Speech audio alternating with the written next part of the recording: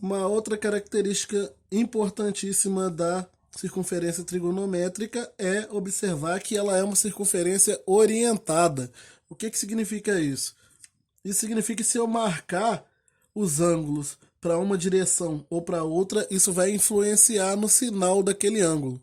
Ângulos marcados no sentido anti-horário é o sentido positivo da marcação do ângulo, ou do arco, tá?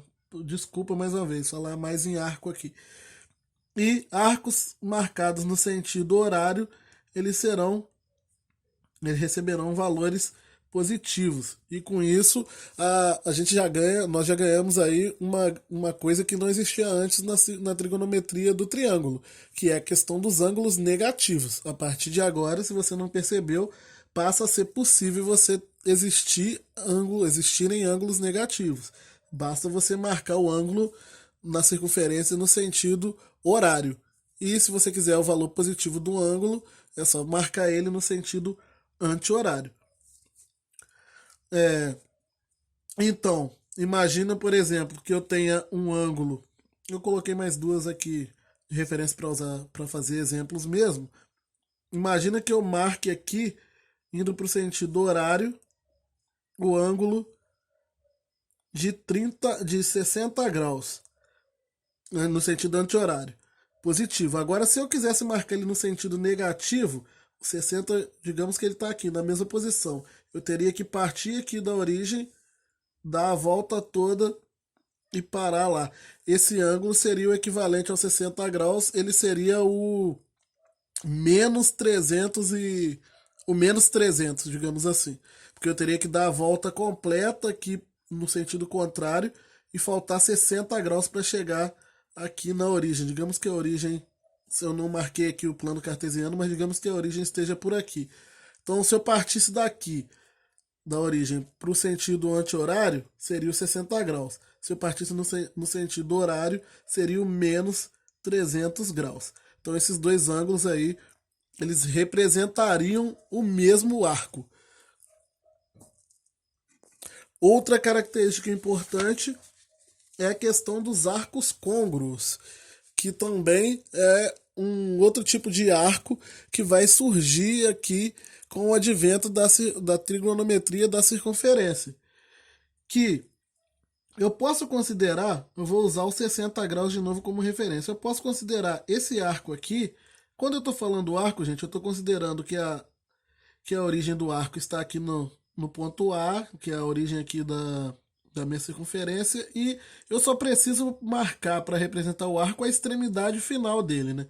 Então, digamos que para eu não ter que ficar marcando toda vez o arco completo aqui, nós convenciona-se a utilizar como marcação do arco apenas o ponto de extremidade dele. Esse aqui, por exemplo, já podemos considerar que seria esse arco. Não tem valor, mas seria equivalente a isso. Nós não marcamos mais esses segmentos aqui, só marcamos o ponto.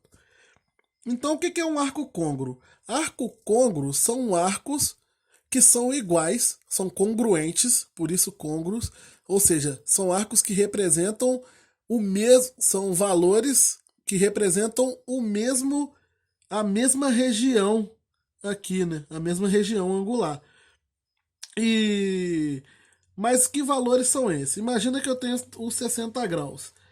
Aqui na circunferência eu consigo fazer uma coisa que no triângulo não dava para fazer, que é, ao invés de marcar o arco saindo aqui da origem e já parar no ponto de extremidade dele, eu poderia dar uma volta completa de 360 graus e parar na segunda volta.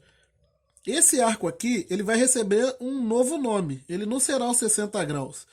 Ele vai ser o 360, que ele deu uma volta inteira, mais 60. Então, ele vai ser o 420 graus.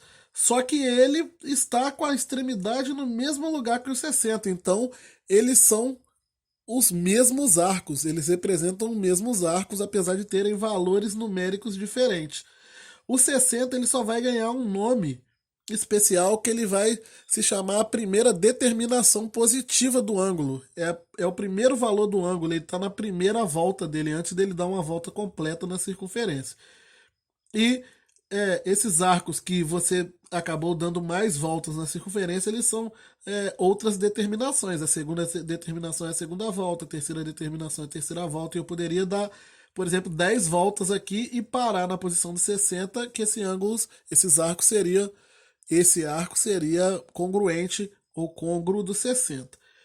Como descobrir que um ângulo é côngruo do outro?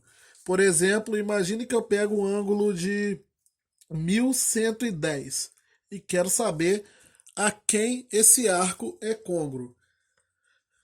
Pois bem, como eu estou dando voltas na circunferência para gerar esse arco aqui, uma maneira simples de descobrir a quem esse arco é côngruo seria dividir, esse arco por 360. Por quê? Porque ao dividir esse arco por 360, o valor que vai dar aqui no quociente vai me indicar o número de voltas que ele deu para gerar o arco, antes de parar nesse ponto. E, antes de parar, não nesse ponto, né? Ele não vai ser congruente do 60, mas parar no ponto dele. E o resto da divisão aqui, o que sobrar no resto da divisão, vai me indicar o valor real do ângulo na primeira determinação. Então, se eu dividir 1110 por 360, isso aqui vai dar 3. 3 vezes 360 dá 1080. 1080 menos 1110 dá 30. Então, a primeira determinação do 1110 é o 30. O 1110 é congruente, na verdade, com 30 graus. Isso significa o quê? Que esse ângulo de 1110 ele tem todas as características que o 30 possui. Seno, cosseno, tangente, secante, cossecante, cotangente serão todas iguais ao do 30. A única diferença é que ele deu 3 voltas na circunferência. É assim que eu trabalho com arcos côngruos.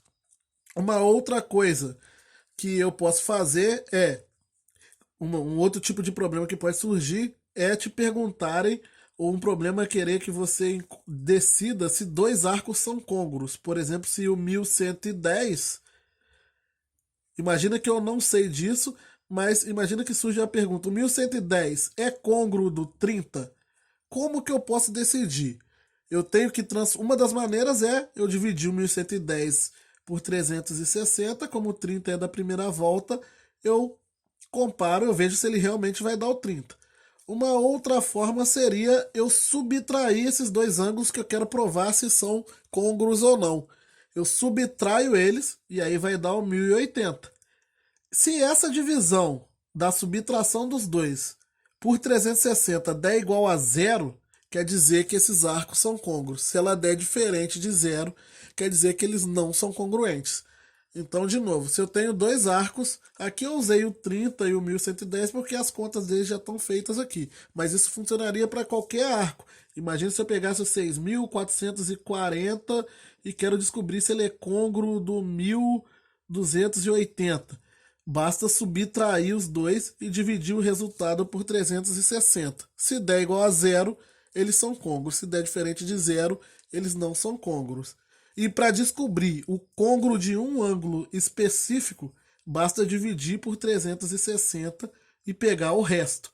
O resto vai ser o valor da primeira determinação daquele ângulo, daquele arco.